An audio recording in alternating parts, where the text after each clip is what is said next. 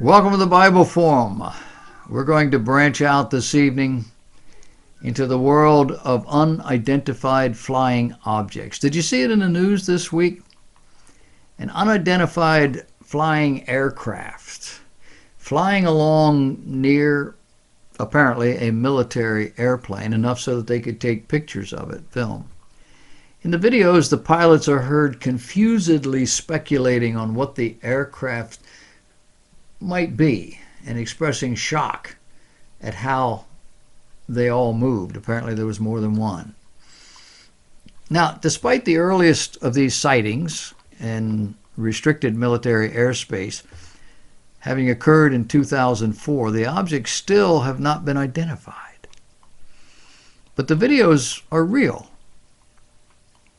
Joseph Gradisher, official spokesman for the Deputy Chief of Naval Operations for Information Warfare, said, quote, "The Navy designates the objects contained in these videos as unidentified area phenomena. The unidentified area phenomena terminology is used because it provides the basic descriptor for the sightings and the observations of unauthorized, unidentified aircraft objects that have been observed entering, operating in the airspace of various military-controlled training ranges." The New York Times provided some video. You can go to their website, nytimes.com/video, and look around. Theblaze.com offered a copy of that video. You can go there and look for that. But what is all this about? Clearly, the Navy and our government don't believe what they're seeing is normal or natural. We have the most sophisticated aircraft in the world, and we don't have anything like this. Or do we? The speculation door is wide open. We have a highly secure facility out west. Is it in Arizona, New Mexico, someplace like that? There was supposed to be a big demonstration. They were going to run the gates and, take over. That fizzled. Nothing happened. There's about 100 people showed up. But our government experiments with things they won't tell us about. They don't even tell each other about it. There's stuff going on in there the president don't know about. But is all of this from another world? Are there life forms living in another part of the universe? If so, what are they? And why are they there? More importantly, why are they here now? The reality is, if the God we know and serve is who and what he reveals himself to be, then a number of realities exist.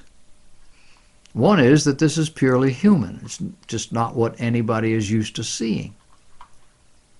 Another option is that it's a hoax. Thirdly, it may not be what it seems, meaning that what's being observed is being misinterpreted somehow. And lastly, that this is truly otherworldly, coming from someplace outside of our world. And by that I mean spiritual deceit, intended to confound and confuse. So do we have a right to worry about it, to be fearful? Should we? The answer is no. The one true God of the universe has everything under control. Is that faith over reason? Not at all. The Bible is replete with events as equally unanswerable. How did Moses part the Red Sea? So, well, I don't believe he did that. Well, if he did, how did he do that? He just held a stick up. The Bible talks about a man named Enoch who walked with God and was not, for God took him. Christians believe that's going to happen again. They call it the rapture. In Ezekiel chapter 1, God gave a vision to Ezekiel a fire enfolding upon itself, and men who had 4 faces and 4 wings. In 2 Kings chapter 6, Elijah was confronted with a man who had borrowed an axe to cut down trees, and the axe head slung off and fell in the river. And the man was beside himself because it was a borrowed axe, and he went to Elijah, and Elijah went over there, and I don't remember now if he prayed or he just spoke to it, but that axe head floated on the top of the water, and the man was able to get it. I don't believe that. I don't know. They did.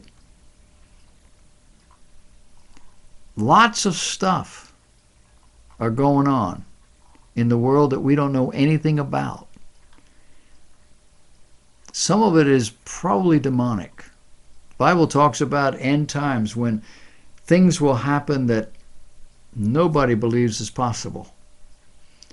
A grand deceit will take place, and it will deceive all but those who belong to God. They will know the difference.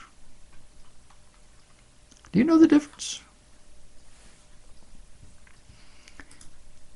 You would if you knew God.